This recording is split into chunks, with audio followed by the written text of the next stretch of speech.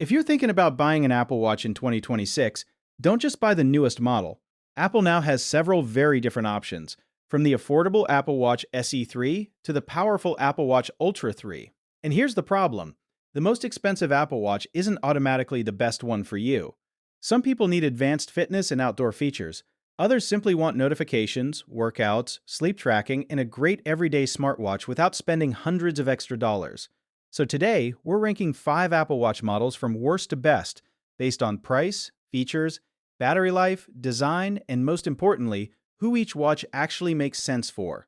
And stay until the end because I'll tell you exactly which Apple Watch I'd buy in 2026 depending on your budget. Let's start with number 5.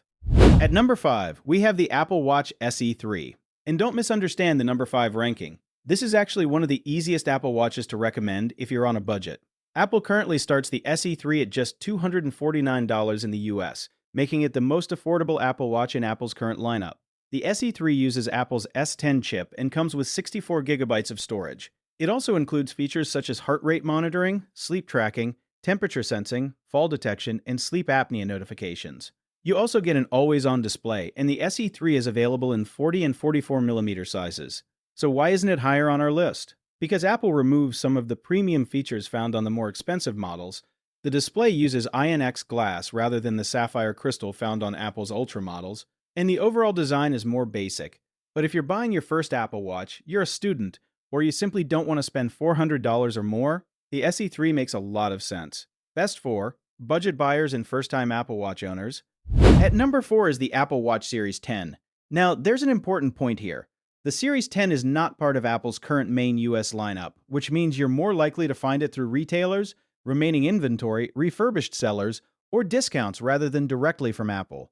And that can actually make it interesting. The Series 10 has Apple's S10 chip, a large edge-to-edge OLED display, up to 2000 nits of brightness, and fast charging that can reach 80% in around 30 minutes.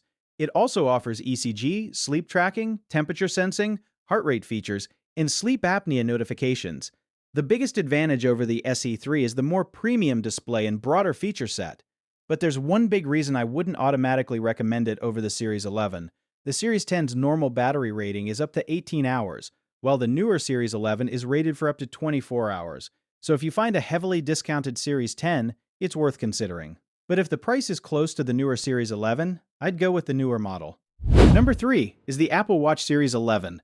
And for most people, this is probably the sweet spot. Apple currently sells the Series 11 in the US starting at $399. It runs on Apple's S10 chip and comes with a 64 gigabytes capacity. But the biggest improvement is everyday usability. Apple rates the Series 11 for up to 24 hours of normal use, compared with 18 hours for the Series 10. It can also reach up to 38 hours in low power mode. You also get an always-on OLED display with up to 2000 nits of peak brightness. And the Series 11 adds features such as sleep score, sleep tracking, heart health notifications, temperature sensing, ECG, and sleep apnea notifications. It's thinner and lighter than the Ultra models, which makes it much easier to wear all day and even while sleeping. So who should buy it?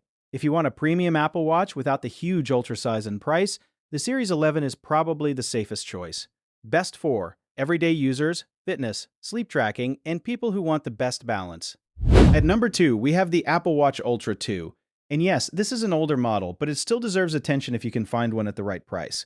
The Ultra 2 has a 49mm titanium case, sapphire crystal display, Apple's S9 chip, 64 gigabytes of storage, and up to 36 hours of normal battery life. It's also built much more aggressively than the standard Apple Watch. You get a customizable action button, a depth gauge, water temperature sensor, dual-frequency GPS, an always-on altimeter, and 100-meter water resistance. The display can reach up to 3000 nits, making it significantly brighter than the standard series models. But there is a catch. It's big. The 49mm case won't be comfortable for everyone, especially if you have a smaller wrist or prefer a lightweight watch. And because the Ultra 3 is now available, the Ultra 2 only makes sense when the price is significantly lower. If you find a good deal, however, it remains a seriously capable smartwatch. Best for outdoor users, athletes, divers, and buyers who want a rugged Apple Watch. And now, number 1, the Apple Watch Ultra 3.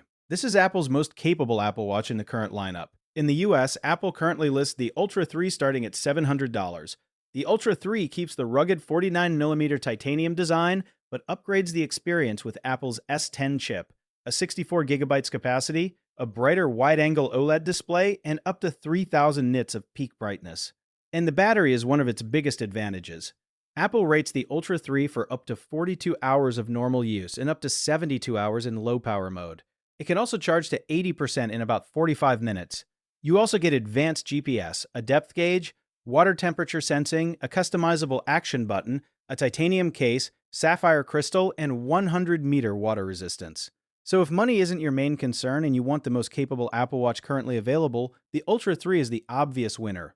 But there's still one question. Is it actually the best Apple Watch for you? Here's where things get interesting. If you want the cheapest entry into the Apple Watch ecosystem, get the SE3. If you find a heavily discounted Series 10, it can still be a good deal, but don't pay nearly the same price as a newer model. If you want the best balance of price, features, size, and everyday usability, I'd choose the Series 11.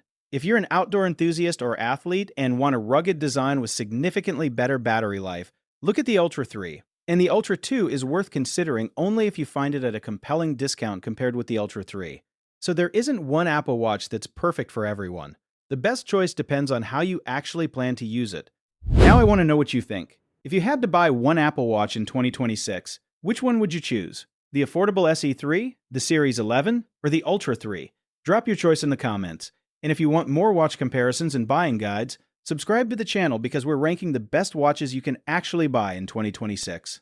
Thanks for watching, and I'll see you in the next one.